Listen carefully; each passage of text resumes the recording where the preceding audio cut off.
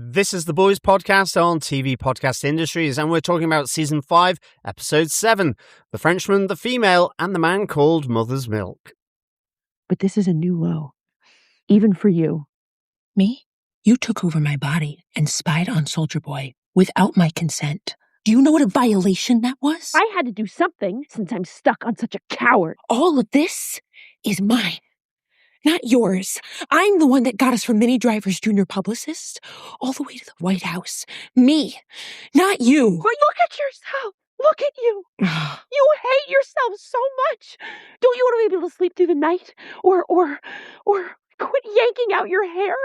Or look at yourself in the mirror again? How can I, when you're constantly telling me how horrible I am? I should be proud. I haven't died. Do you know how hard it is to stay alive around here?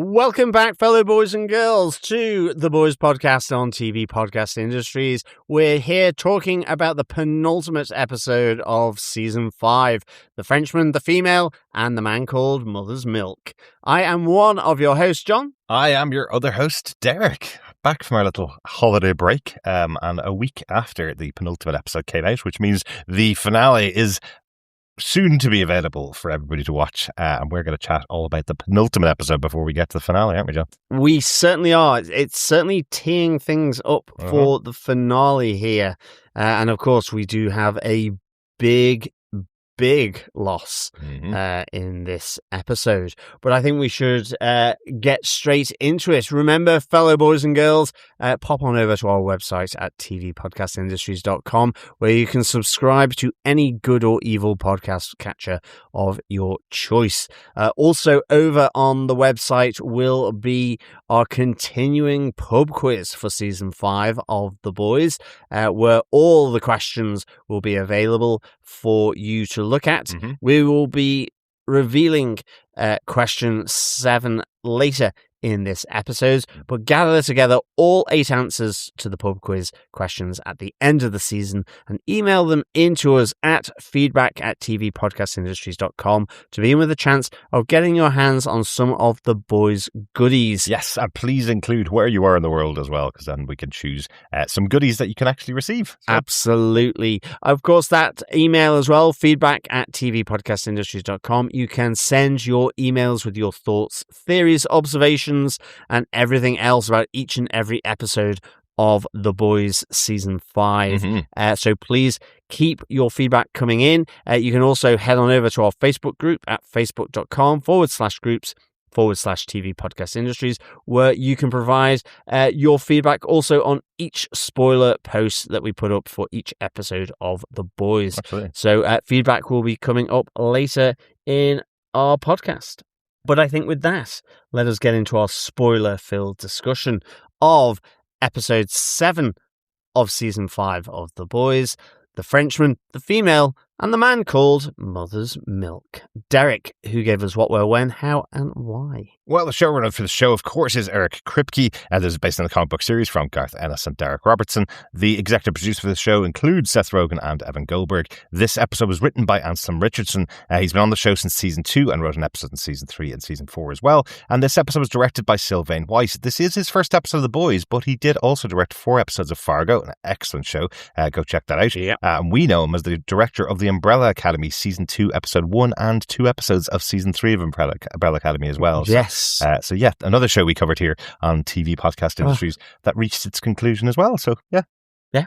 Oh, the Umbrella Academy. It brings back memories of fun the... Yeah, absolutely. Really enjoyed that. Lots of great dance series. sequences and lots of great songs. And brilliant.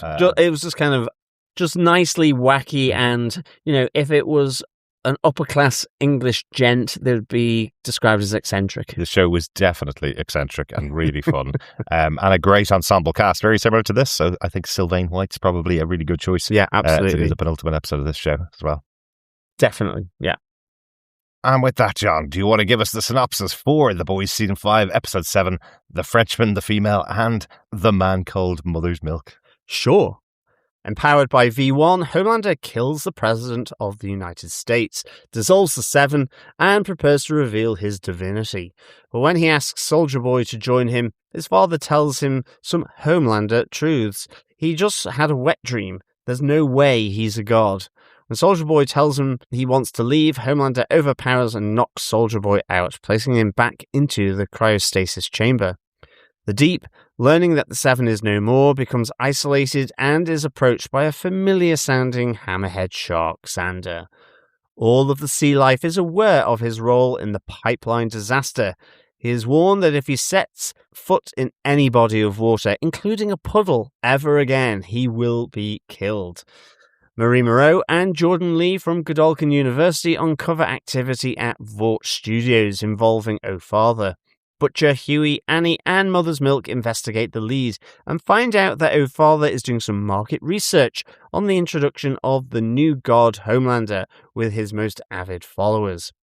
They're using the world's best psychics to ensure the followers are true believers. But when most of the group are unconvinced by their new Lord and Saviour's propaganda campaign, Homelander orders they get the VIP treatment.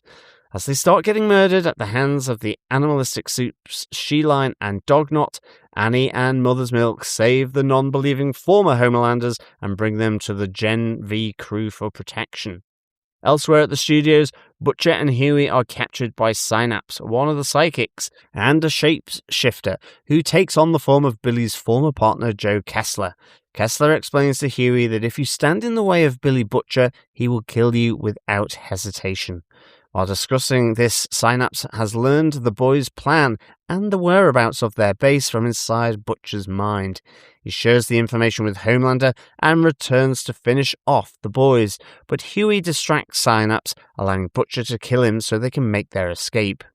Meanwhile, back at the boys' base, Frenchie has been continuing his long-standing plan to recreate Soldier Boy's depowering ability in Kimiko, using huge amounts of radiation.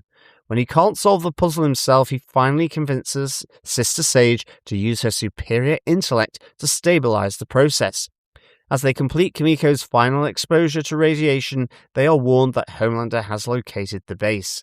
As he enters the boys' base, Kimiko and Sage hide in a zinc-lined vent, hiding them from Homelander's X-ray eyes, while Frenchie distracts him so he does not investigate the base too thoroughly and find Kimiko and Sister Sage.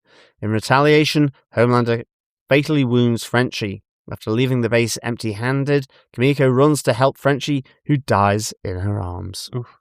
Big loss there. Yes. With Frenchie in the show. Very big loss. Yeah. Having old Frenchie taken out there. Yeah. And I'm sure we'll discuss that in our major moments in the episode, John. Definitely. I think we should start getting into our big moments for this episode. We'll kick off with the boys or the protagonist moments. Oi. Shall I start with the biggie? Yeah, why not? We've already mentioned the big moment of the episode. Absolutely. Let's get in depth on it, John. Yes, why not start at the end with the death of Frenchie, the Frenchman, as Homelander likes to call him. Yeah, I mean, firstly, I think this is a big moment. It's one of the key members of the boys that is taken down by Homelander.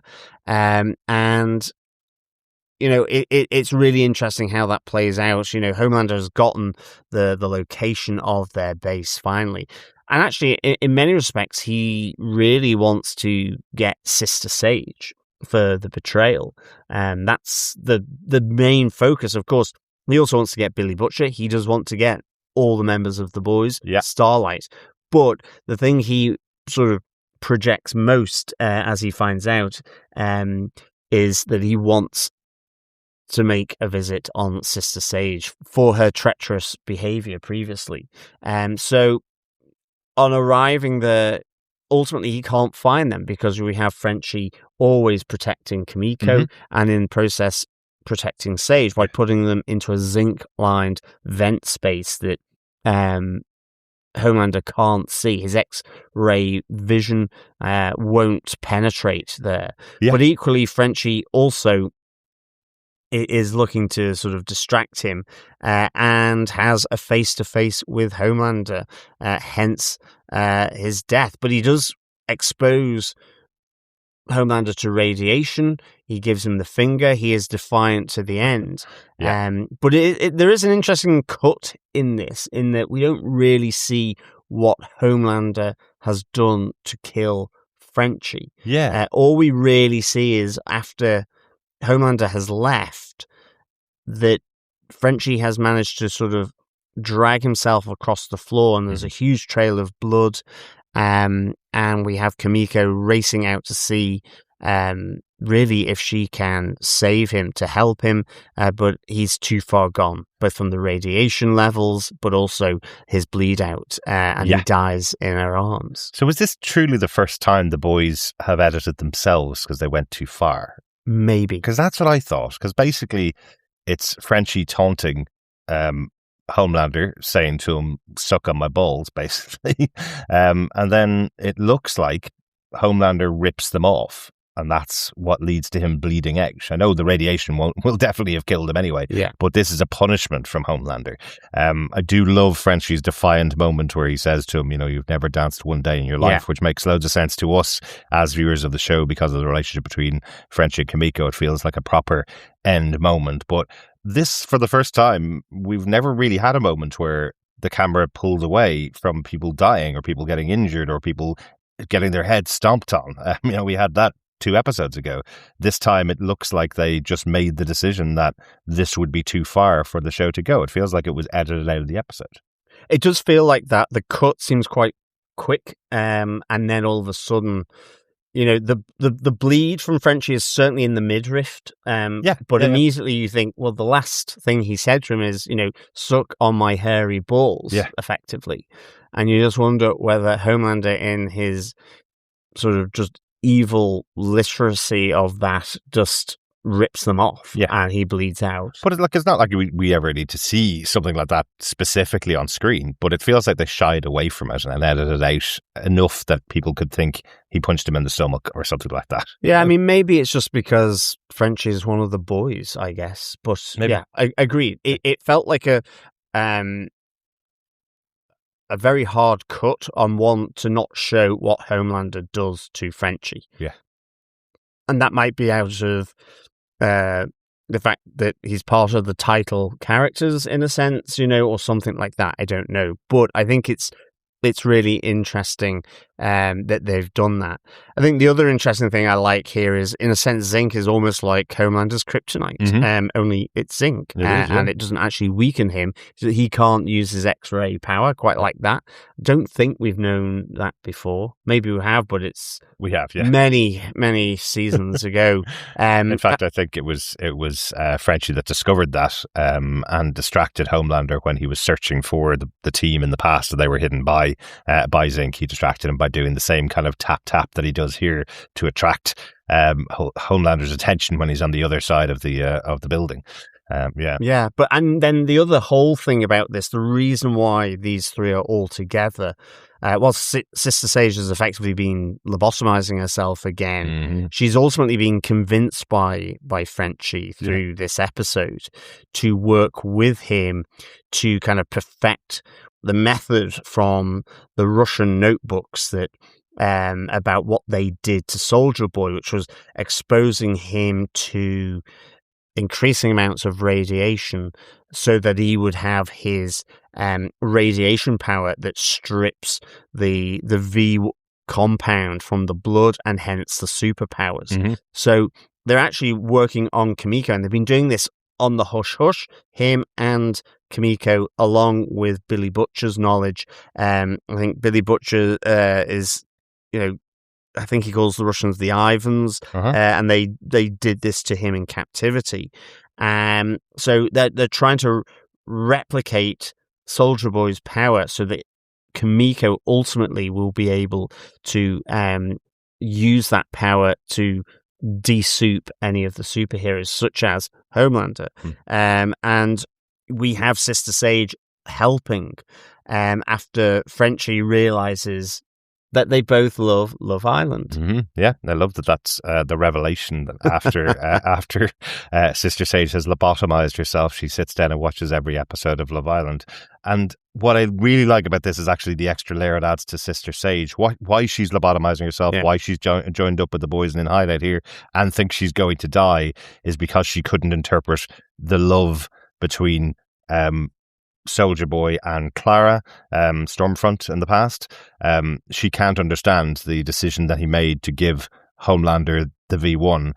And it's almost like, even though she's lobotomized, she's watching Love Island, trying to work out, can she understand love? Can she understand these relationships between other people? Because the one thing that she did say was, from when she was very young, everybody has turned their backs on her apart from her grandmother, because, well, you don't want to have your grammar corrected by a 5-year-old, and that must have stretched out all the way throughout her life. So she's sitting here lobotomized, watching Love Island, trying to work out, can she understand these people who are falling in love, even though she had that relationship with Godolkin that we saw back in Gen V Season 2.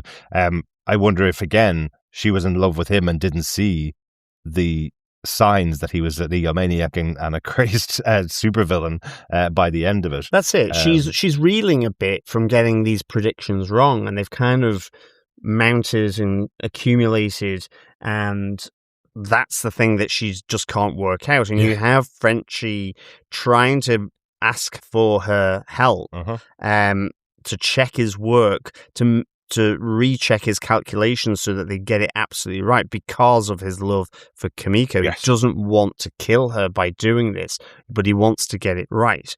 And she's not necessarily on board until, Frenchie makes his plea that, well, love isn't necessarily meant to be understood, but that's why you like Love Island. Exactly. It's why I watch it and get hooked into it, because all the chaos it brings from people throwing around their affections or love and their hot bods, obviously.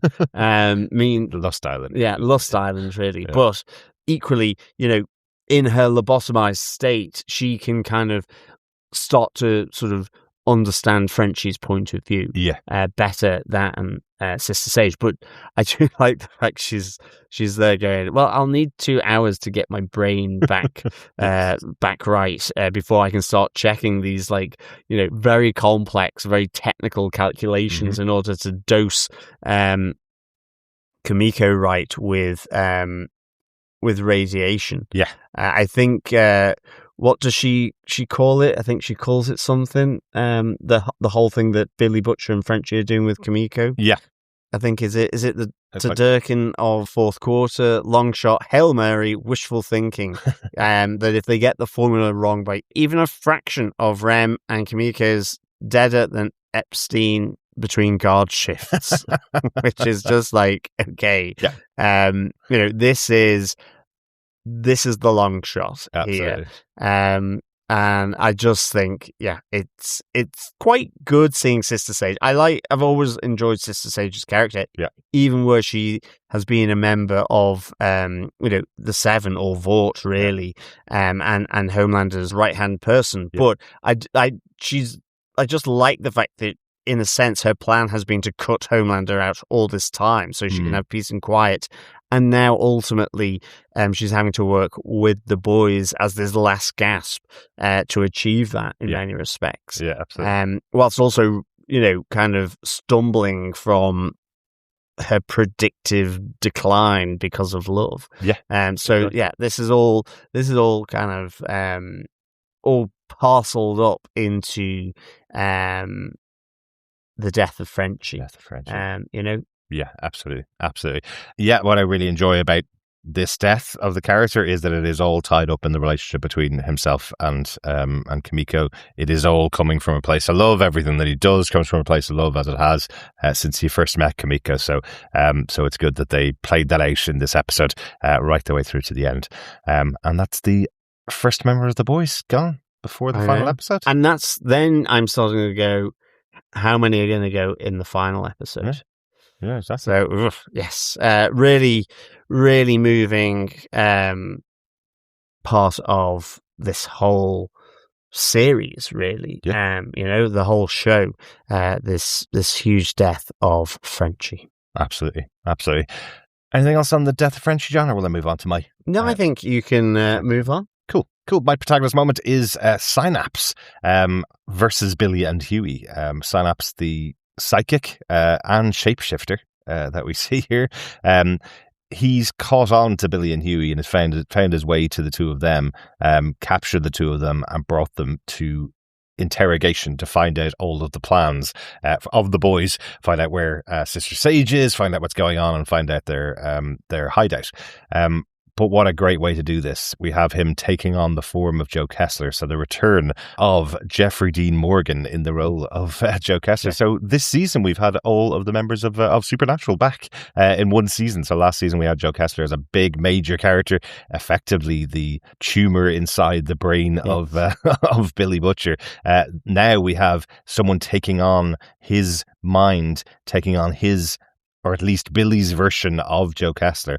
And part of it is to tell Huey that no matter what you think about Billy Butcher, you might think that there is some light in there, but history says that he will turn on you if you stand in the way of his mission. He did the same to Joe Kessler and every other member of his unit when he wanted to get his hands on a specific target and they stood in the way. He allowed the entirety of the group to die, and he was the only person to come out alive, and he'll do the same again. And what I love about this is when he tells all this information to Huey, he then just stops and goes, and now I have all of the data that I need from Billy Butcher's head. I was just distracting him with this story and distracting you with this story so that I could read the brain of Billy. I know where Sister Sage is, I know your plan, I know the location of your base, and I've got all that information. And when he leaves the room, Huey asks Billy, was he just messing with me, or is that all true? And Billy says every single word that he said is true, which makes it even more painful for him, I guess. Huey now knows what he's actually like on the inside, because Synopsis has taken all the information from him as a psychic, so he's translated exactly what was inside the brain of Billy Butcher directly over to Huey. So I think what we've talked about a lot this season is Billy is an a-hole, and hasn't stopped being an a-hole ever since season 3, really, when he really made his big turn, all the way throughout season 4 when he thought he was going to die with that tumor and Joe Kessler was in the background. He became the biggest of a-holes, and this season all the way to now he has been pushing people out of his way. He's been doing things without a care for anybody else in his team around him, and here once again showing that he will still do the same thing. He will still kill everybody, including Huey, if they get in his way. Yeah, I mean, I like the fact here that Huey has to ask Billy, is this true? Because in essence, we've seen Huey realize this already. Mm-hmm. And here you have someone who he shouldn't trust, Synopsis, sort of taking the form of this person who's recounting this story that actually matches up with how Huey is increasingly viewing Billy, that he gets so focused on his objective that that's the only thing that matters. Everything else is collateral damage. It's justified. Everyone else can be sacrificed for, dare I say it, the greater good, or the objective. Yeah. And he's been living this objective for years. Mm-hmm. Like, this is so ingrained in Billy Butcher. So I think that's what's really good here. I mean, is that Huey asks that of Billy after Synopsis has gone. And I mean, I do also think, just Synopsis saying, well, when he says that he's been tricking them to get all the info on where, all the people are, what the plans are, he's like kind of suggesting that, well, his mind is scrambled egg here. Mm-hmm. It's all over the place. It's really dark. And I don't want to stay in there for too long. Yeah. And, that's another thing here that's comes out. I do like the fact then that Huey turns this on Synopsis, later on. Absolutely. What a great use of Huey's own little powers, effectively, that he has the memory of the crime scene where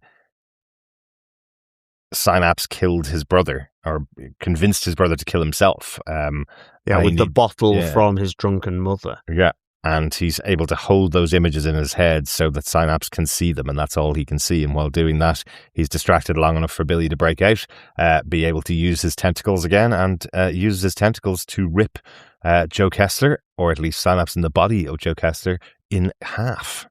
Yeah, absolutely. I mean, really good, because I was kind of wondering how were they going to sort of resolve this, or was Huey going to be another one of the boys that gets killed here? But and even by a low level soup, it could happen. So I really like this. Absolutely. And the second show this year that JDM has played a character who's been killed. Looking forward to watching The Walking Dead: Dead City, where Negan is still alive on that show, and maybe he won't be by the end of the season. Absolutely. three for JDM. Maybe. Yeah.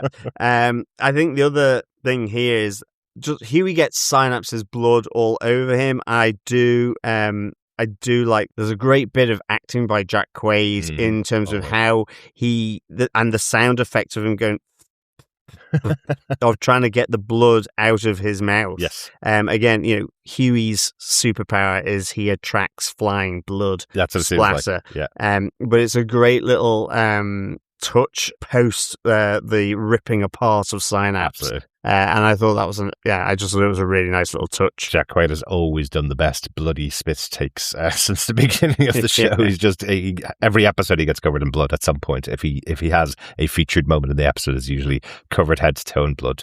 I'd love to know how many gallons of blood they used on Jack Quaid alone throughout the last. That'd be really good, wouldn't it? Yeah, no, absolutely. I think that's all I have on that point. Shall we move on to our 7 moment? Absolutely. You're not the real heroes. I'm the real hero. I think my first one is just the opening song from O Father's launch of the new second coming of God with Homelander. Homelander is the Lord. I think you have him, raise him up, raise him high. You've got loads of go-go girls, sexy dancers. It's an announcement of a new God with a musical number. And I do absolutely enjoy when Billy Butcher and Huey are sort of scouting out Vought Studios and they see this musical number being done, and Billy says to Huey, who other than Homelander would announce themselves as the second coming to a musical number? And Billy says, effing Hitler on the outside, Fosse on the inside, which is really good. Great. But I have to say, it was a great little sort of musical number. It reminded me of with Captain America's one, and I just thought this is something else that you could see them just riffing off and doing this musical number around the second coming of Homelander as the new God. Well, it's like the whole song is about being a replacement for Jesus. That's the point. Jesus just had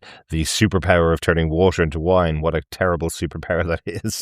What's the other one? Curing lepers. That's not going to protect our borders from all of these people coming in. It's like bleeds red, white, and blue, like me and you, or something. Yeah. So it's so well put together. It's so well conceived as a little number, but it comes into this wider sort of announcement, the preparation for the big reveal of Homelander as God. Yeah, and when you have Daveed Diggs, you have to do a musical number. That's definitely one of the reasons why he's here. He is a great actor as well, but he's well known for his part in Hamilton. That's where he became famous first. That's where everybody learned who he is. So you bring him on board and you have to give him this musical number. I do love that as part of this setup or part of the staging of it, the dancers are significantly more sexy than you would expect in a gospel number, and he's not hiding it at all. Even in his dancing version of it, just him checking out the girls as he goes by. You're going, he is clearly choreographed the entire thing, but he's still leaving in him checking out each of the girls as they go by. But he's not happy with the version that's there by the end. He still feels they're going to have to do it another 5 or 10 times to make it just perfect for the new Lord. Absolutely. And then another side of this is all the focus groups, the VIP focus groups, to test Homelander's new momentous chapter, to show them his promo. And so you have, with the visual effects still to be included, where Jesus is handing over the challenges to Homelander to conquer evil once and for all, and he hands him across the crown of thorns as it's passed from Jesus Christ to Homelander, and you just have the eagle at the end. Insert the SFX eagle here, but as they have one going across the screen.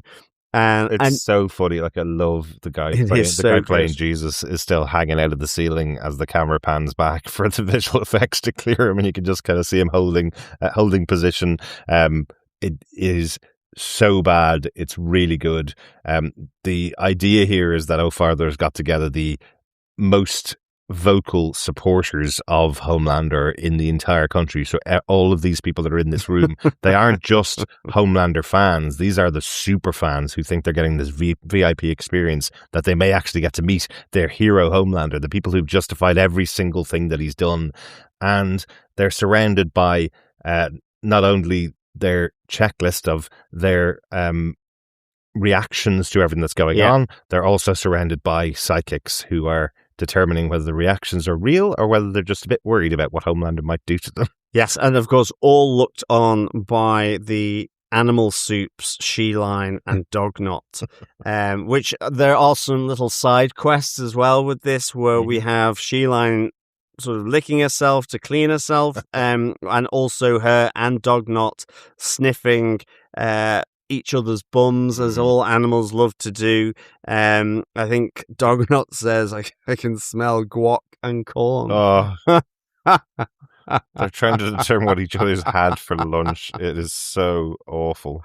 It is just, I don't know why, so funny. I guess we see it all the time with animals. Like, they do do it all the time, but it's just the added vocalization of, oh, this is what you've had for lunch. It was just outrageously funny. Yeah. But you know, there is lots of that in this episode. I love that that's the humor that they've added to the episode, is what She-Line is doing, because as you say, she's cleaning herself, like we've seen our podcat Charlie do many, many times. And later on, when she's in the fight with MM, he splashes water on her. She runs away from the water just like a cat does. I love that, and then distracts her with a rat that happens to be in the studio, thankfully. Yeah. And that fight between MM and She-Line comes about because the VIP treatment that they get for being part of this VIP focus group, and not truly believing in Homelander, and not truly believing in Homelander, where unfortunately for O'Farther, the faithful aren't as faithful as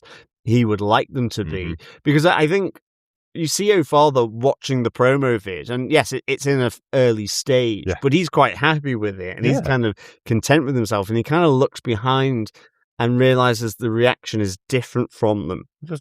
So you have a number who are asked to stay, and those who are asked to leave, that they are true believers, that even with this shoddy first draft of a promo and the whole notion of what is happening, and it is only 6 out of 30, it's like, okay, that's, you know, Homelander is not impressed that it's that number. O'Farther does want to try and convert them, persuade them. That's his part of his power, as he says. But Homelander is like, no, if they don't believe, ultimately, give them the VIP treatment. And so they're all locked into the studio with She-Line and Dognot going to town on them. And ultimately then saved by Starlight and Mother's Milk. And most of these people would have been bashing Starlight, but they get them to safety and into the hands of the Goju folk of Marie Moreau and Jordan Lee. Yes. Which is great. Yes, it is, absolutely. In that sense, they've realised they've been batting for the wrong side in that moment to some extent. Yeah, and interestingly, it followed the whole conversation from Starlight, where she was going, I don't know whether I want to save these people. They made their bed. These are the people that believe in this. But it is quite funny that, you know, someone that is pretending to be the new Lord, that's pretending to be the God, has to put together a promo with special effects, and he's showing it to people going, well, would you believe watching this that I'm God? Ignore the special effects that need to be filled in later on. Like, the whole point is, if you were to convince people that you are a god, you would show them actual video footage of whatever it is that you're saying happened, not a video effect shot, which is probably why these people weren't convinced in any way. You know, it's only 20% of the group that's there who has any conviction. But yes, Annie changes her mind, decides that she will help them out, of course, and she gets into the fight with Dognot, taking him out, and takes out She-Lion. I love that we have the little return of old just in a very simple way. After he picks up the rat and throws it into She-Lion, and she bites the head off it, he takes her out and then takes out some moist towelettes to sanitize his hands from handling the rat. So MM's pretty much back here. Yes, absolutely. So yeah, a great little moment here around the announcement and launch of Homelander as the new god of the Democratic Church of America. Yes. Oh, and one thing we didn't actually mention about the headshots of all of the psychics in America that Annie and Huey had seen last episode. One of those headshots was Kate from Gen V, which I thought was quite interesting. Because remember, when Gen V season 1 finished, it led into season 4 of The Boys, and at the end of season 4 of The Boys, Kate was part of the 7 group effectively. So she was one of their psychics that was going out rounding up people, and she would have been brought on board for this purpose potentially, or at least used by Homelander to find people that don't believe. But interestingly, they didn't use her at all in this episode. Yeah, absolutely. Quite a bit of a surprise. Yeah. I'd probably think that having to manage those two shows, Gen V season 2 and Into the Boys season 5, there's definitely going to be massive difficulties there managing the full storyline, because they were filming around the same time. Huge changes with the death of Chance Padermo, who was instrumental in the first season of Gen V, so they changed the second season of Gen V for that. They've also now, unfortunately, cancelled Gen V, so we won't see those characters, but I wonder if that's the reason why we didn't see Kate on screen here. Maybe she should have been on screen and they had to bring her back into the fold for Gen V Season 2, so they couldn't use her as one of the sidekicks here. But you would expect that's where you would have used Kate if she had joined up with Homelander and his forces, right? Because she's a recognisable person, and we don't have very many recognisable soups in this episode, other than, of course, Dognot and She-Lion. Yeah, absolutely. Yeah. Darick, what's your 7 moment? Well, I kind of have to choose this one because it's a very recognisable voice appears on our screens here. My 7 moment is a warning from the deep to the deep, because we finally get the abolition of the 7 from Homelander, right at the beginning of the episode. He arrives at the start of the episode crushing the head of the president, who is a non-believer, then goes off. Well, let's just say the exec orders range from banning abortions to banning nut milk, of course, to promotion of breast milk, to disbanding Congress. And I would say Stephen, the president, as Homelander refers to him, is just like going, what's going on here? Yeah. Okay. It's like, nut milk is effectively heresy for Homelander, whose favourite is a good old breast milk portion. And so he uses the line from The Usual Suspects: the greatest trick the devil ever pulled is convincing the world that nut milk was milk. Yeah, absolutely. Which I absolutely love. But yes, Stephen has his head exploded because he has to say, well, I can't tell Congress what to do. That's not part of the president's powers. Yeah. And Homelander kind of says to him, well, you're not trying hard enough. Let's just find out truly whether you are a believer or not, and uses Bashley to read his mind and find out, no, he is just absolutely terrified of Homelander. And I'm not even sure whether it's just the fear clouds everything inside his mind. He is a bit of a believer in Homelander. He certainly believes that he's powerful enough to be the leader of the country. But he has been terrified since the beginning and gets his head crushed. I think the interesting thing here as well is just... it's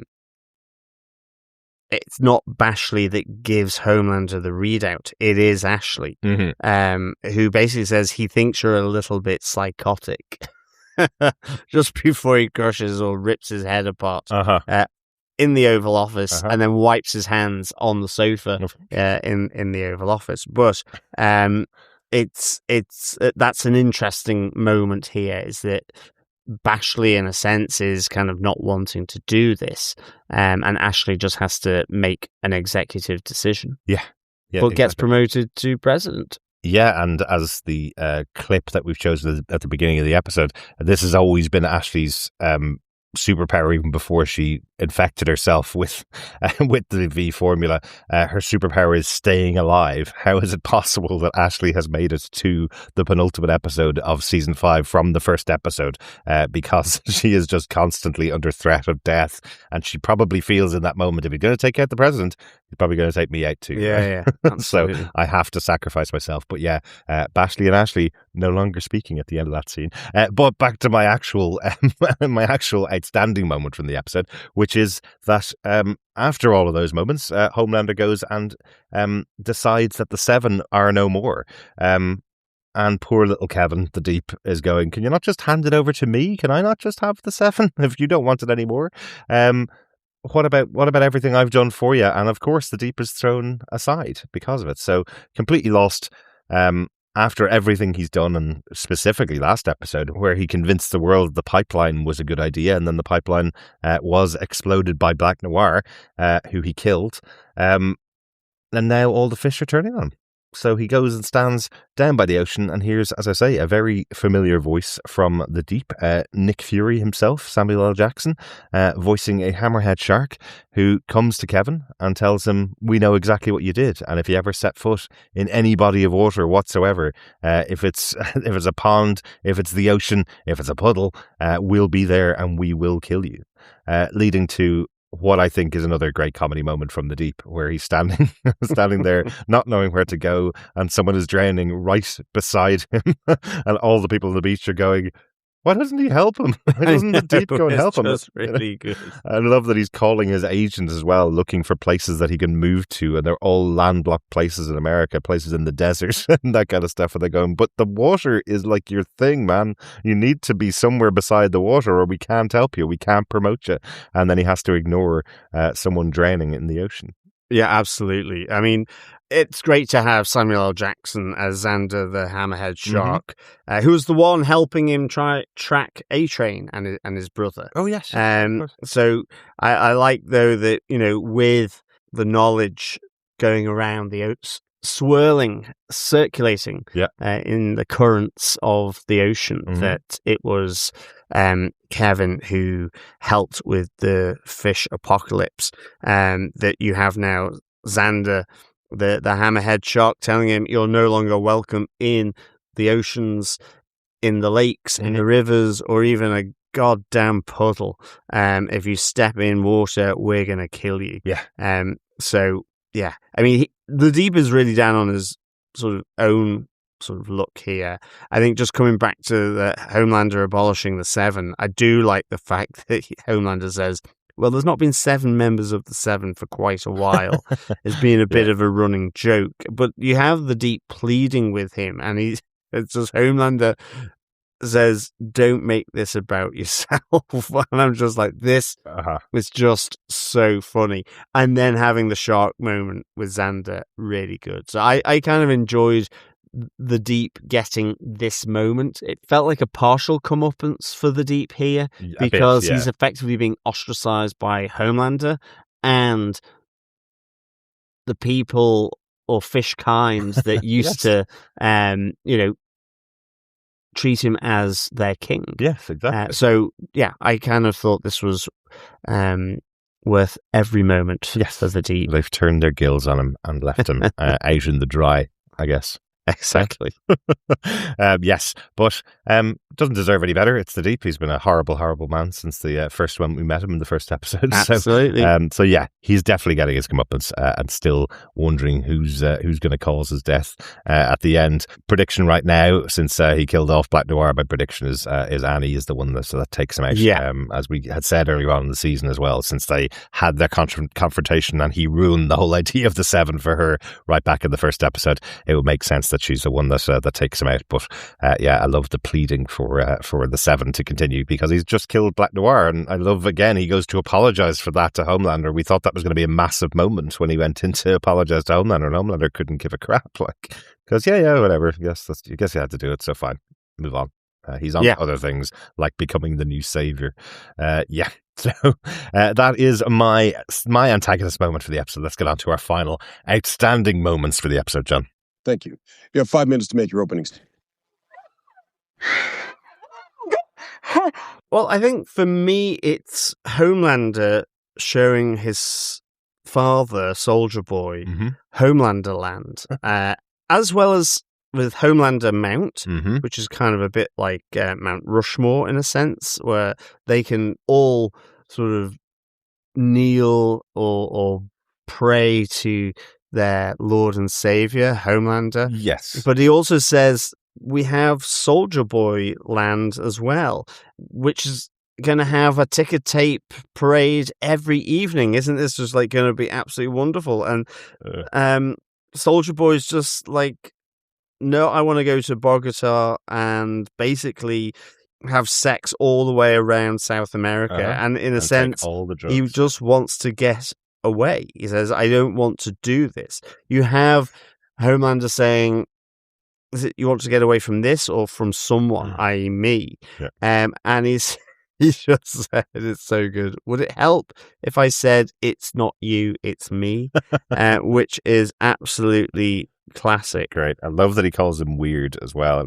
He just have Homelander look at him and go, stop calling me that. Yeah, exactly. And then he gives our supernatural connection for this episode. He says, this was never going to be a fixing up the Impala kind of game. Great little moment. The car they used to drive in Supernatural. So, and, he reiterates to Homelander, he gave him the V1 because of Clara. Nothing to do with him. So,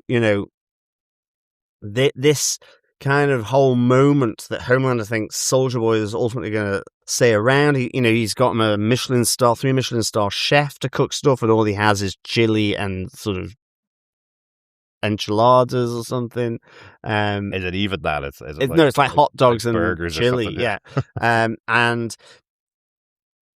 all this stuff that Homelander is doing, he thinks Soldier Boy wants it, and he doesn't. And he says, plus, you're not a god. You had a wet dream one night about a girl and her breasts. If that's what it takes to be God, then I'm fecking God every night. Good luck, son. And kind of signs off and goes to leave. And ultimately, it looks like Homelander is going to allow him. He kind of, Soldier Boy pats Homelander on the shoulder as he walks past him, but Homelander puts him into a chokehold and ultimately puts him back into his cryostasis in the chamber.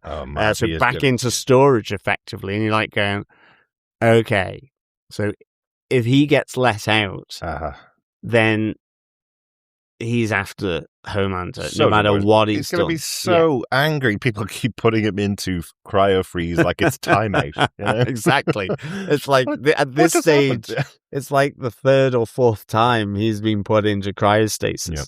Yeah, put him on ice. It does beg the question though, with Vault Rising coming next year, and we've seen lots of connections to the upcoming Vault Rising series next season. If we have Soldier Boy put on ice right now, will he stay on ice, and will Vault Rising be flashbacks to his time, and then he awakes at a later stage? Or maybe something? It'd be quite interesting. But yeah, we'll see how that'll happen next episode. But I'm assuming he's going to get released in the last episode. Yeah, it would be great to see, a big team up of Billy and of Soldier Boy and Ryan maybe coming back, all 3 of them taking on Homelander like they tried to do back in the 3rd season. And the Holy Trinity, except it's not very family. Not very holy either. Or holy, exactly. But yeah, great moments here between Homelander and Soldier Boy. What a real surprise that he sticks him back in the tank. Yeah, absolutely. Darick, what's your other outstanding moment? I just wanted to mention it.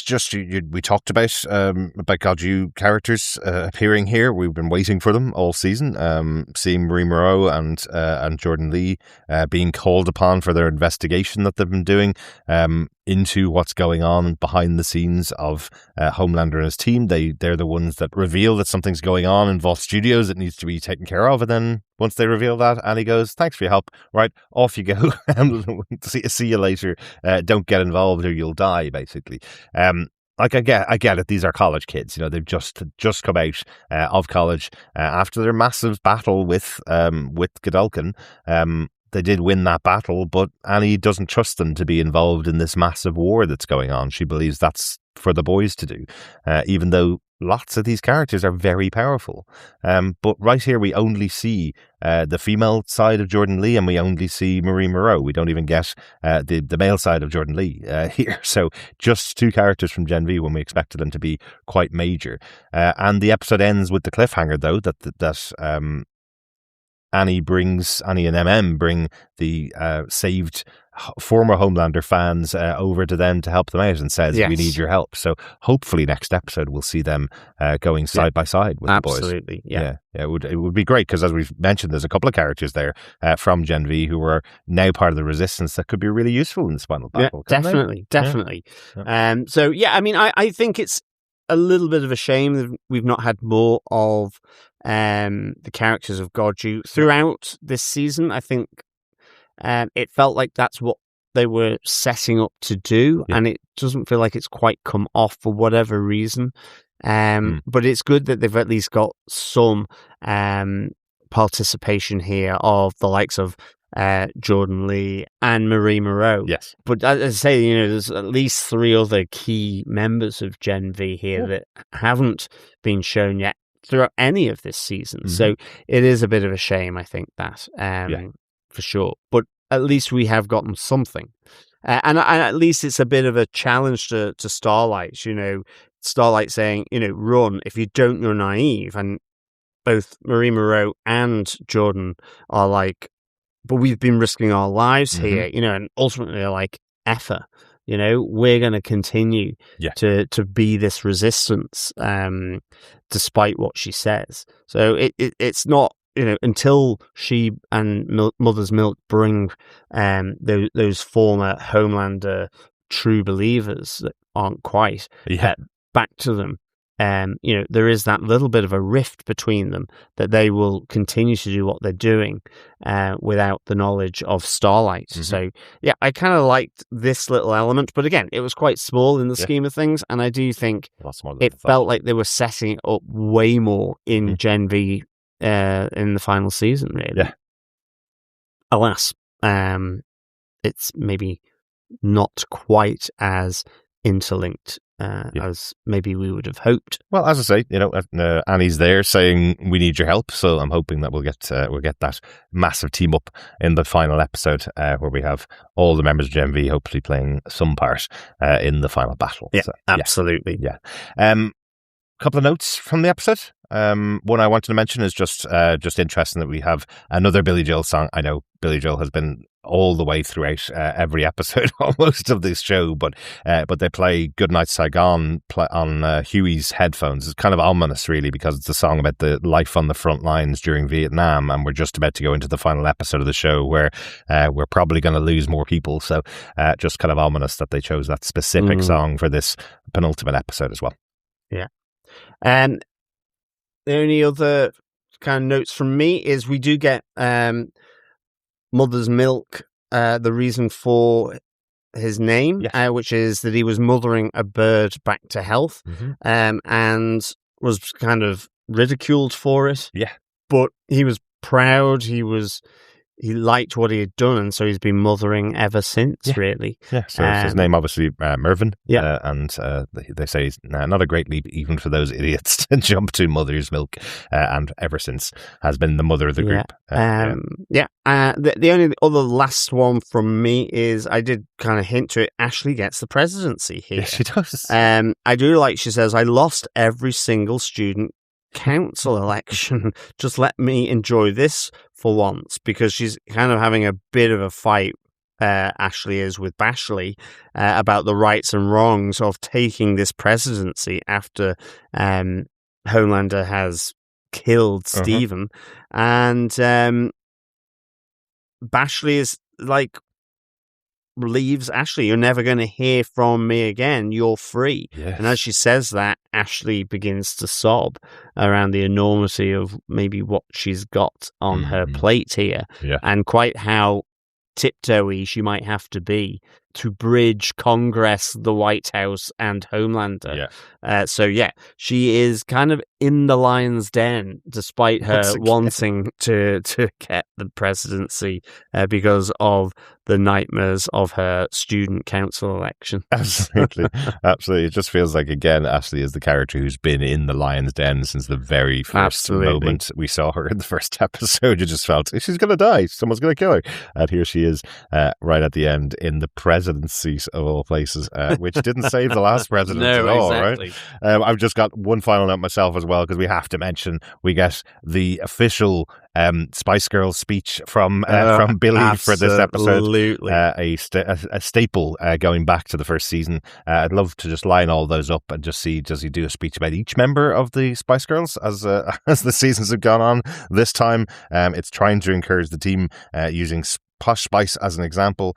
Despite her obvious drawbacks, including the tragic inability to smile, she didn't give up, and we won't either. I kind of just put in my notes, Billy Butcher gives the Posh Spice pep talk. There you go. Posh, I can't really say it on the podcast, but Posh, the worst of spices. Yes, but the one making all the money. She's got absolutely. She's got the clothing line. She's married Beckham for. She's knighted.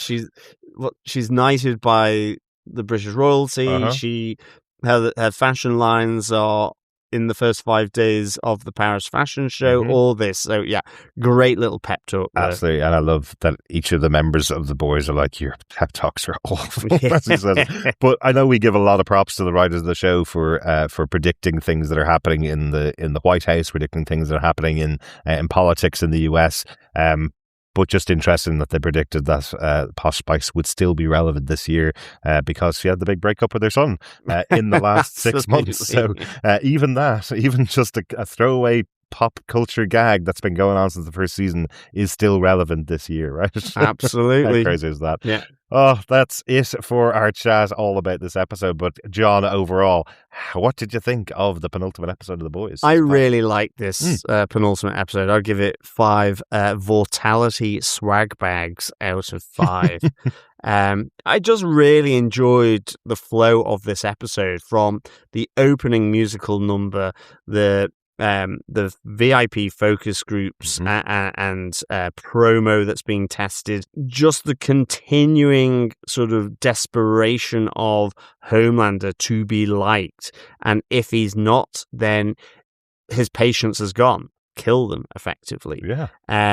Frenchie dying, massive, and I think just how that plays out with seeing what he's been doing with Kimiko's consent, to radiate her so that they have something akin to Soldier Boy's power, so that they can look to try and depower Homelander, coupled with Sister Sage's involvement in that. I just thought was really, really good. But there's so many little things, like with the Deep, with Ashley, that all come through here, which are just fantastic. And I think even the stuff with Synopsis and Huey and Billy, all, I think, really meaningful, given Billy has seen and has come to the same decision as what Synopsis does via Kessler in terms of that story, that Billy Butcher will sacrifice anyone if it means he reaches his objective. Yes. Even if it might be a shared one, it's his. Yeah. And he will push people into the line of fire if he is the one that sees it come to fruition. So 5 Vortality swag bags out of 5. Fantastic. Yeah, overall, really like this episode. I think it was a good send off for Frenchie, a major character from the first episode of the show. I think that's a massive thing to do. It was just a bit odd that we didn't see it on screen, given again the death of a major character. But they probably just said, probably can't show what we've actually done here with the character. So I guess we'll have to wait for the behind the scenes to have the real information behind what happened there. A little bit of a shame that we're not seeing the Gen V cast. That's my only other drawback from the episode, having just a moment of them here. I hope hope we'll see more of them in the final episode. Just a shame to not see them there, but still some great moments in this episode. Also loved the American Eagle TV show as well, where it's been cancelled because the universe is being rebooted, so they've turned it into a whole propaganda machine just for the final episode, which I thought was good fun. Yeah, absolutely. Let us get into our boys season 5 pub quiz. Yeah. A drink is required after all the shenanigans going on in this episode. Absolutely. John, do you want to give the 7th question for the pub quiz? Yes, fellow boys and girls, fellow quizzers, question 7. What is the name of the topless steakhouse in Reno? Now, is that a steakhouse that doesn't have a roof, John? I think it might be. That's what I would interpret it as being. We're very innocent on TV podcasting. We're very naive. Do you want to give the question one more time, John? Yes. What is the name of the topless steakhouse in Reno? The minute I heard the question in the episode, I knew this was going to be your question for the pub quiz. Great stuff. That is the 7th of 8 questions for our boys pub quiz. Gather together all the answers at the end of the season and email us to feedback@tvpodcastindustries.com, and you could be in with a chance of getting your hands on some boys goodies. Yes, absolutely. Yeah, let's get over to some feedback for this episode. Yes. John. First up, we have a voicemail from Ethan Wang. Yeah, unusual in this. Thank you for the memes. Thank you for the memes. Was that all of it? Or did you repeat it? No, that was the voicemail message. I haven't heard that. Well, thank you, Ethan, for the voicemail. For the voicemail and for enjoying the memes. Yeah, we don't do memes on the podcast, but it just goes to prove, if you pop on over to our website at tvpodcastindustry.com, you can record a voicemail and we may just play it on the podcast, even if it's not connected to the show or anything that we're covering. So pop it over there. Yes, I think I've got it sort of now to the music of ABBA. Thank you for the memes. Memes Maybe you're showing. I think it must have been a mistake. It feels like spam. Did you just put spam into the feedback section? Well, we do get a lot of spam. A lot of people trying to sell us stuff, and I don't read out those emails. I just thought if you're recording a voicemail, if you pop on over the website, we will play it on the podcast. Absolutely. Unless it's offensive or unless it's something that we're not going to play. But I just thought it was a bit funny, to be honest. So thank you very much, Ethan. We do have a real voicemail in. Absolutely. Yeah. Thanks, Ethan. Yes, the real voicemail comes through from Harrison Fox. Mm-hmm. Still a great name. Yes, it is. Hi, boys and girls. Harrison Fox calling to discuss the penultimate episode of The Boys. Just a fabulous, fabulous episode. Nice to see Daveed Diggs singing.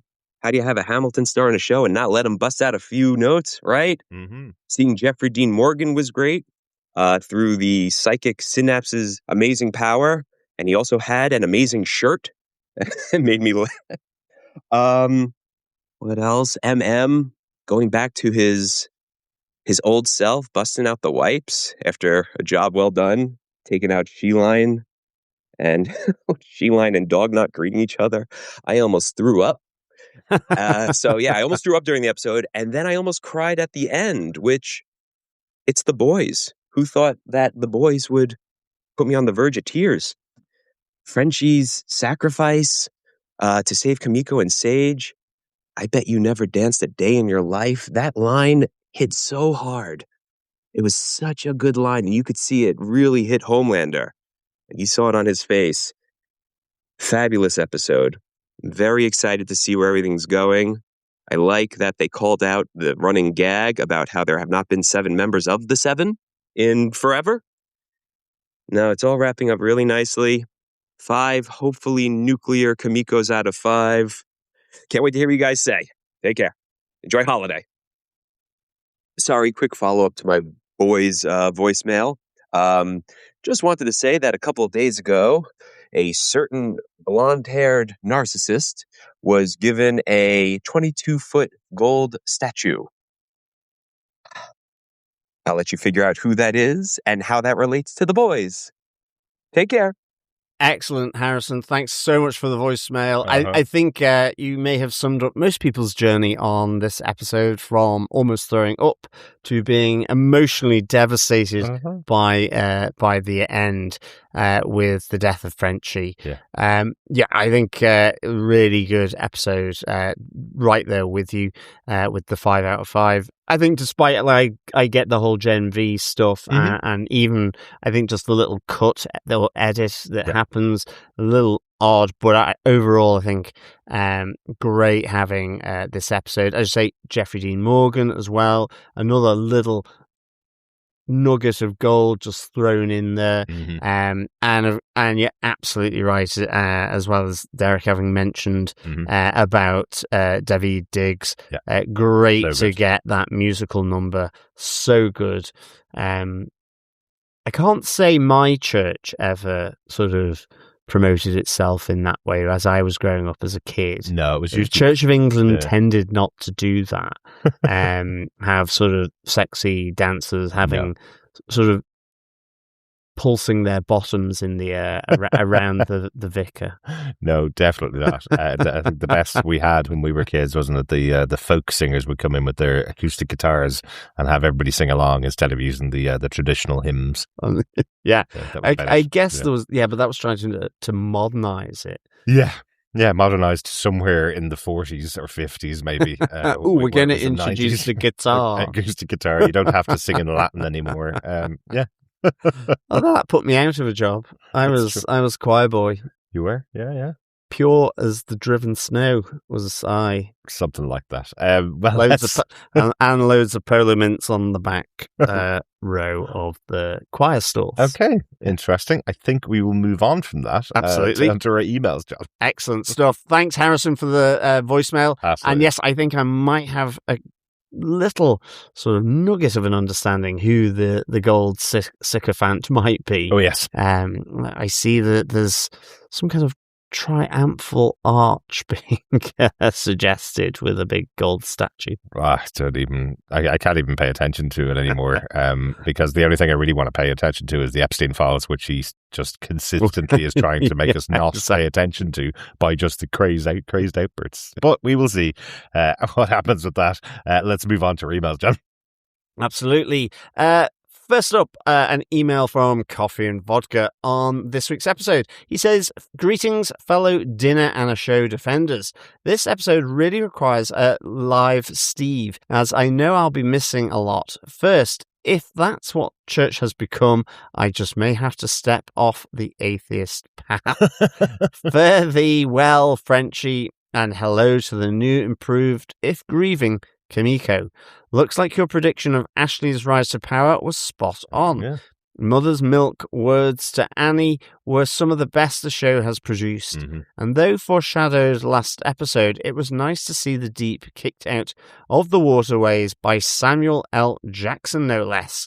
Looks like we know how he's going to kick the bucket. Dehydration. Finally, Homelander's disbanding of the Seven was a surprisingly lucid. So much more, and we almost got the Gen V crew to boot. One more and done. 4 popsicles, burlesque frescoes, and chickens of the sea out of 5. Peace and take care. Coffee and Vodka. Excellent. Thanks, Coffee and Vodka, for your thoughts there. I don't think this is what church has become. And I'll be completely honest, if any church, even if it was fun to listen to the dance number, if any church was monitoring everything I did to find out whether I was a true believer or not before exploding my head, I wouldn't be a member of that church. Well, that's true. But I mean, the gospel singers were great in the background. Yeah. Like, it was a good jive. It certainly was. It certainly was a great song. Yes, it was. Okay. No, I kind of liked it. It was just so well done in that, yes, it was there to promote Homelander as the second coming, but equally it was like the Book of Mormon, just taking the rip out of everything that the evangelical churches that basically just want money. I mean, they're just one big collection plate and nothing else. Exactly. So it's just really funny. Yeah. Thanks so much, Coffee and Vodka. Yeah, thanks, Coffee and Vodka. We will move on to our Discord feedback. First up, Dr. Bob says, you know that sense of wonder and disbelief you get when you stand before a masterpiece you might have seen online or in prints a million times. Dali, John of the Cross, The Night Watch, and take in the pieces and the whole, and you still can't quite describe it as it fills so many layers at once. That's where this lands. The arc of Frenchie, who was doomed as he dreamed of Marseille, holding the female with her irreversibly irradiated ovaries and talking of children. The vicious spiralling of the god incarnate, executive orders gushing like a sewer near a British beach. The attempt to shame Butcher when we've seen him become increasingly parental, learning from his team and truly becoming the mummy, special cuddler with a heart. The deep, finally, utterly and completely destroyed. Hubris by Hammerhead. Excellent stuff. Very good. Dr. Bob, yes. The executive orders were absolutely a lot of verbal sewerage going on, but it was really funny. Yes. If it wasn't so accurate to what was actually said, it seemed so sadly close to the real truth of it. But yes, you mentioned the death of the deep hopefully being completely and utterly destroyed. I know Coffee and Vodka mentioned that he's going to die of dehydration. That'd be hilarious. Like, humans are about 80% water, aren't they? So I guess the deep will have to start moving the water out of his body if he's not going to be killed by whatever fish he comes close to him. Yeah, he could slowly desiccate, couldn't he? That'd be quite interesting. Would be interesting. Good stuff. Thanks very much for that, Dr. Bob. Yeah, thanks, Dr. Bob. Also on Discord, Teresa says, "Oh, the heartbreak.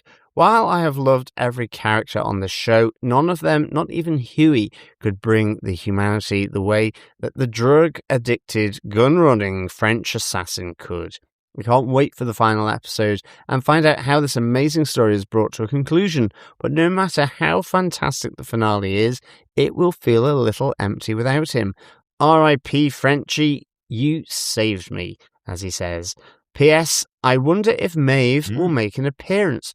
Not sure what she would do, but it would be interesting. Definitely agree there, Teresa. I'm kind of surprised we haven't seen Maeve pop up maybe earlier than now. So I guess fingers crossed that maybe she makes an appearance for the final episode. I'd love to see her. Yeah. Dominic McGilligan is such a great actress. Really enjoyed her on the show so far. I know she does a lot of cons. We haven't met her at a convention yet. I know she's doing a lot of convention touring as well. I wonder, because they have brought her back in the past to take out Homelander and kind of sealed her story quite well. I would suspect we won't see her back, but it would be great just for the symmetry of it to have her appear in the final episode, since she was the first Soup to appear, I think, in the first episode, wasn't it? She stood in front of the van crushed around her before Homelander arrived even. So we've seen her right the way back to the start of the show. So yeah, absolutely. It'd be kind of cool to see her again. Yeah, and I think, as you say, just Frenchie saying, "You saved me," to Kimiko, just really, really touching. Yeah. Thanks for that, Teresa. Yeah, thanks, Teresa. Joe Herbst says, Homelander should just laser people, much less mess to clean up. That ending hit hard. It really doesn't feel like a penultimate episode of a series. Curious how it wraps up. I'm guessing more hopeful than the show often is. They seem to be heading in that direction, at least. I was thinking it might be Soldier Boy who finally takes out Homelander, but now I'm wondering if it's Kimiko and perhaps Ryan, who we haven't seen in a while. And something has to finish off the deep. Maybe a dolphin?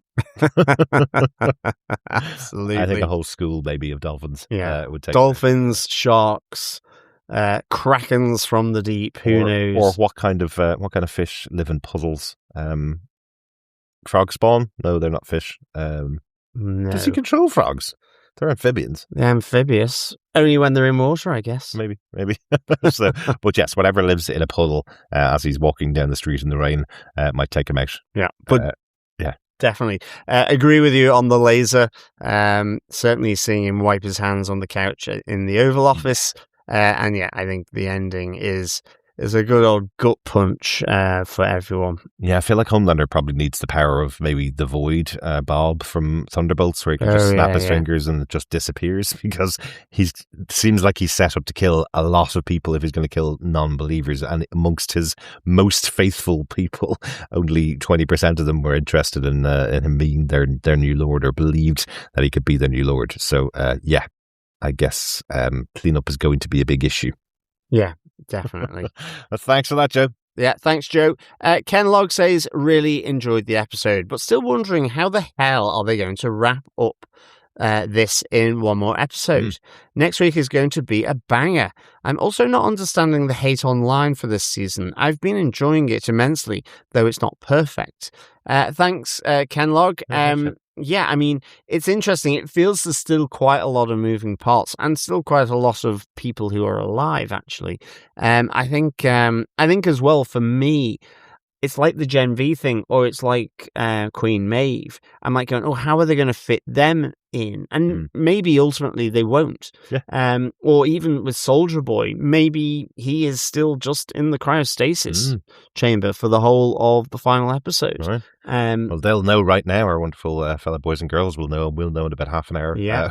What happens as well. So yeah, it'll be interesting how they close it out.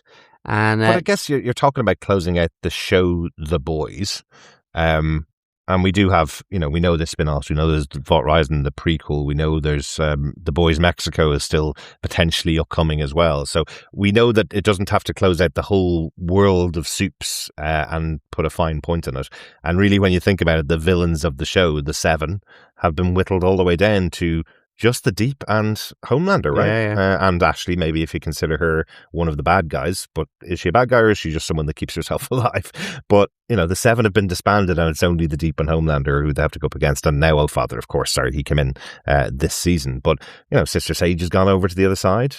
We've just lost Frenchie, but that leaves us with our good guys versus our bad guys. And really, it's just taking out Homelander. That should be enough to close out the season.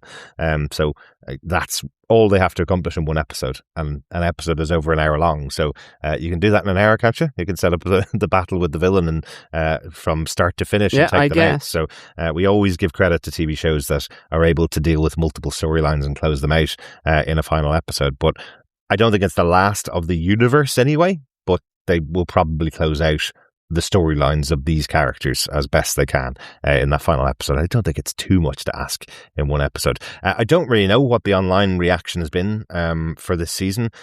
What I do know is that 55 million people have watched The Boys, and that's the highest viewership The Boys has ever had during its season on. So maybe having that many more eyes on there means there's that much more talk about it every week. So you're probably seeing a bit more of the negative reaction from people, because people love to hate on things, especially when they're not finished.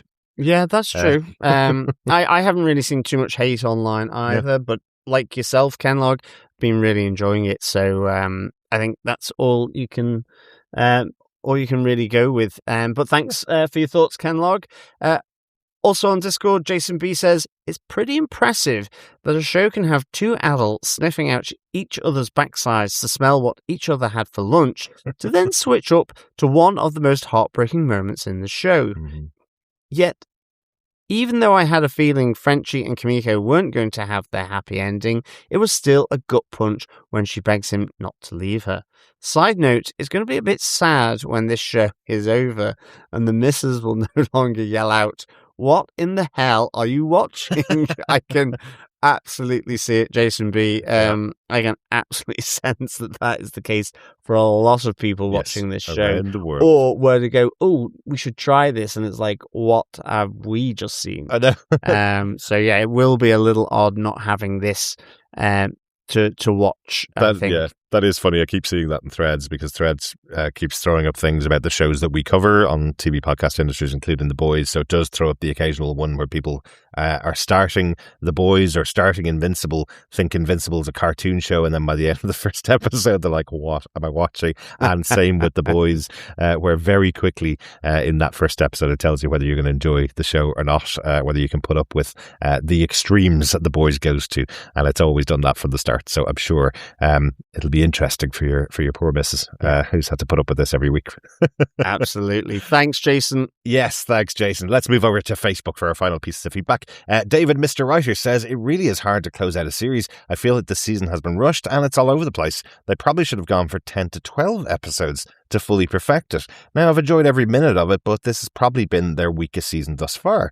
The smartest person's kryptonite is love. Sister Sages are better than that. It will be interesting to see how they close it all out. Side note, is it just me, or do you guys look at OG Noir and New Noir differently, even though it's the same character? When Noir got killed by the Deep, first thing I thought was, man, old Noir would never let this happen. Kudos to the actor for giving both Noirs different personalities without much dialogue, all done through body language. Thanks, David, for that.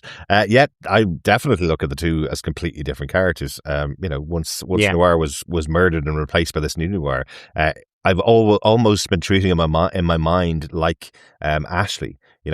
Will he get through the season? Because he has powers. I think he can fly, can't he? And he obviously can speak, which Noir couldn't do, but he doesn't have the same powers as Noir. So I've always felt he's in a lot more danger if he goes against what the Seven tell him to do. And actually, I think as David says, the original Black Noir was way more of a weapons expert and a martial artist than, I guess, what the new Noir is. And I think you're right. He would never have necessarily allowed that to happen with the Deep. You could see him making that fight in the podcast booth way longer. Oh, without a doubt. So I think in that sense, definitely. But definitely do look at them differently. Yeah. Yeah. I also don't think old Noir and Deep would have had any kind of relationship in the same way, because nobody could have a friendship with the Deep at all, really. Yeah, absolutely. You're not my bro. And you also mentioned there, David, that you think that the show feels a bit rushed and should have gone to 10 or 12 episodes. I can't imagine this going for 10 or 12 episodes. I'm pretty happy with it getting to the end of the season here. And again, the universe isn't ending at the end of the 8th episode. There is still spin-offs and prequels to go. So really the story that they're telling needs to finish next episode. And I wonder if just some of the reaction to it needing more episodes is because they did include a lot of the setup for Vault Rising in the earlier episodes of the season. So I think for me, it's not so much that it's been rushed. I just think there is an awful lot that they've crammed into this. And I think for me, like I said earlier, about the expectation of having maybe more linkage with the Gen V, or even just thinking, it'd be great to see Queen Maeve back, because she is still out there in the ether. And a lot of the, previously on segments, show a good amount across the different seasons. So there's certainly a lot going on for sure. So maybe some of the more through line of the storyline seems maybe not to get the same amount possibly as it should do. But I think it's still been, like you say as well, that really enjoyable. And I mean, I've loved some of the episodes here. I think they've been really well done. But great stuff. Thanks for the feedback, David, Mr. Writer. And then finally on Facebook, Jamie Lawton says, this episode did not disappoint. So much packed in the hour. Even managed to get another not so subtle reference to the Winchester's car into the mix. Followed up by the appearance of Daddy Winchester. Even got in a bit of Gen V. Yes. Yeah, absolutely. Squeezing that in. Loads of stuff being squeezed in. Do you know what I learned this week about the character of John Winchester, the daddy from Supernatural, that I never knew? Originally, that role was supposed to be played by Bruce Campbell from Evil Dead. That he was going to appear playing the older version of John Winchester, and then JDM would come in and play the younger version in flashbacks, effectively. But they ended up just casting JDM to play both roles, and he's not anyway old enough to be the father of Jensen and Jared, as far as I know. No, but I think when he puts a beard on, he ages up beautifully. He does. In that sense. Yeah. Great stuff. Thanks, Jamie. Glad you enjoyed it as well. So much packed into these episodes, and one more to go. Absolutely. Thanks, Jamie. Yes, I can hear the calls of our podcast in the background telling us to go and watch the finale and stop recording chats about last week's episode. But we had to. We missed it because we were off on holiday, so we had to talk about it. Absolutely. Yeah. And we have got lots and lots more to talk about, because we have another return of a great show that we love, which is Good Omens. It came back for one final movie-length episode, an hour and a half of our favourite ineffable husbands, Aziraphale and Crowley, which we're really looking forward to talking about. We'll talk about that next week. And we also got the streamlined The Punisher One Last Kill, which we're going to delay talking about until we have our third podcast host, Chris, who may have a different perspective on that special than myself and John may have had when we watched it. But we do want to talk about it. We do want to chat about it because we chat about everything Marvel on Disney+. That will be available on the podcast in the next week or two. And you can subscribe to the podcast by going over to tvpodcastindustries.com to get all of those episodes. And finally, we'll be back next time. Indeed we will, yes, to talk about The Boys Season 5 and show finale, Episode 8, Blood and Bone. And of course, we will be with the riveting final question of our Season 5 pub quiz, fellow quizzers. Nobody wants to talk about the episode, John. We only want that final question for our Season 5 pub quiz. Exactly. Of course they do. They love a good old quiz. If you have any thoughts about the finale of The Boys Season 5, please send them in to us. We would love to hear your thoughts about Episode 8, Blood and Bone, but equally around the season and maybe even a few thoughts around the entire show. Yeah, or the pub quiz, apparently. If you want to share your thoughts on the pub quiz, send those in to us as well. Absolutely. We hopefully will be joined by Chris for that wrap-up podcast, or for that Episode 8 podcast. Yes. That should be coming up later on this week. I'm rubbing my rabbit's foot whilst crossing my fingers and toes and locating crystals all about the house. Come on, Chris, you can do it. You can do it. You can do it, Chris. But thanks so much for joining us for this episode, our penultimate episode of The Boys, and we will be back next time with the finale. We will talk to you soon. Yes, thank you so much, fellow boys and girls, for joining us. Until next time, keep watching, keep listening, and stay out of the water. Bye. Bye.